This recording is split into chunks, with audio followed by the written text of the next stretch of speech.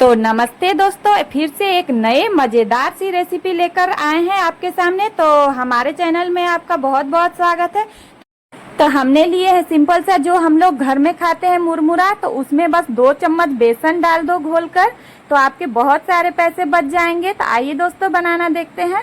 तो ये देखिए हमने 2 चम्मच भरकर बेसन लिए हैं और इसमें हम डाल देंगे आधा चम्मच नमक और साथ ही इसमें डालेंगे हम आधा चम्मच हल्दी पाउडर और सिंपल हम थोड़ा थोड़ा पानी डालकर इसका घोल तैयार कर लेंगे। तो एक साथ में हम बहुत ज़्यादा पानी नहीं डालेंगे क्योंकि नहीं तो इसमें गांठ पड़ जाएगी।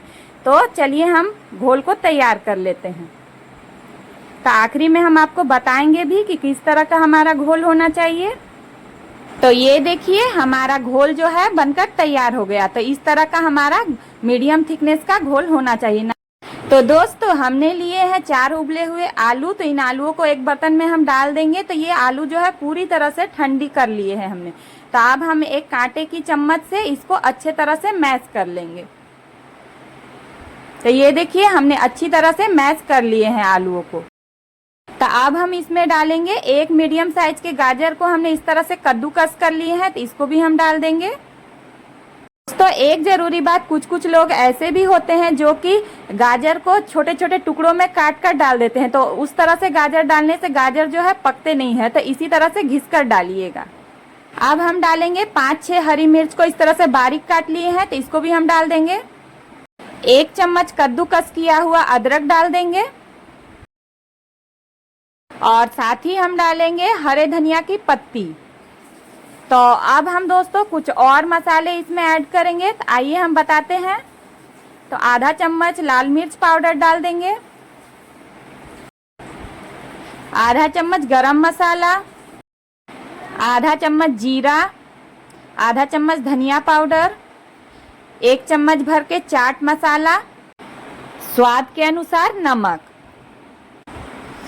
और इसी के साथ हमने लिए हैं 1 कटोरी भर के सिंपल जो हम लोग मुरमुरा घर पर खाते हैं ना, तो वही मुरमुरा लिए हैं। तो मुरमुरा को भी हम डाल देंगे। अब हम डालेंगे आखिरी में जो हमने बेसन को घोल कर तैयार किए थे ना, तो वही बेसन को हम पूरा ही डाल देंगे। अब बस दोस्तों अब ज़्यादा कुछ नहीं करना है। बस इसी तरह से हम चम्मच की मदद से अच्छी तरह से मिक्स कर लेंगे या फिर हम हाथों की मदद से भी मिक्स कर सकते हैं। तो ये देखिए हमने इस तरह से हाथों से मिक्स कर लिए हैं। अब हम क्या करेंगे दोस्तों, तो इस तरह से हम थोड़ा सा मिश्रण लेंगे और इस तरह से हाथों में इस तरह से गोल गोल बना लेंगे और इस तरह से हम चपटा कर लेंगे, कटलेट का शेप दे देंगे। तो ये देखिए इस तरह से हमने कटलेट का शेप दे दिया है और साइड साइड से इस तरह से हम अच्छे से इसका शेप दे देंगे। अब हम क्या करेंगे दोस्तों, तो ये देखिए हमने लिए हैं ब्रेड क्रम्स। तो इसमें हम अच्छी तरह से इसकी कोटिंग कर लेंगे। तो बस इसी तरह से हम सारे कटलेट को बनाकर तैयार कर लेते हैं।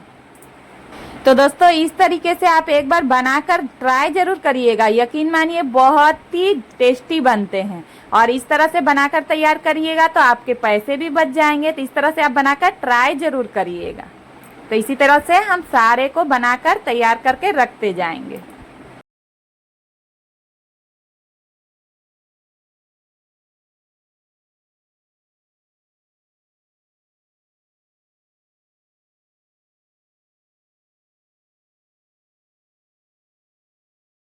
तो ये देखिए हमने सारे कटलेट को बनाकर तैयार कर लिए हैं। अब हम इनको फ्राई करने के प्रोसेस में चलते हैं। तो ये देखिए हमने गैस पर एक फ्राई पैन रख दिए हैं, उसमें तेल डालकर गरम करने के लिए रख दिए थे।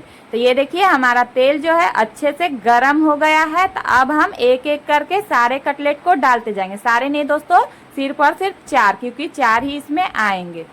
तो हम यहाँ पर दोस्तों कटलेट को सेलो फ्राई कर रहे हैं। आप चाहे तो डीप फ्राई भी कर सकते हैं। तो ये देखिए एक तरह से हमारे जो कटलेट है थोड़े सीख गए हैं। तो अब हमने इसको पलट दिए हैं। तो इसी तरह से हम बाकी को भी पलट देंगे और इसी तरह से पलटते हुए हम गोल्डन ब्राउन कर लेंगे। जब हमारे कटलेट दोनों तरफ से अच्छी तरह से सीख जाएंगे, गोल्डन ब्राउन हो जाएंगे, तब हम इनको निकाल लेंगे। तो अभी हमने गैस के फ्लेम को एकदम स्लो पर रखे हैं। तो स्लो फ्लेम पर ही हमने इनको फ्राई कर लिए हैं। तो ये देखिए हमारा जो कटलेट है फ्राई हो गया है, अच्छी तरह से गोल्डन ब्राउन हो गए हैं। तो अब हम इसको निकाल लेंगे। और इसी तरीके से हम बाकी के भी कटलेट को फ्राई कर लेंगे।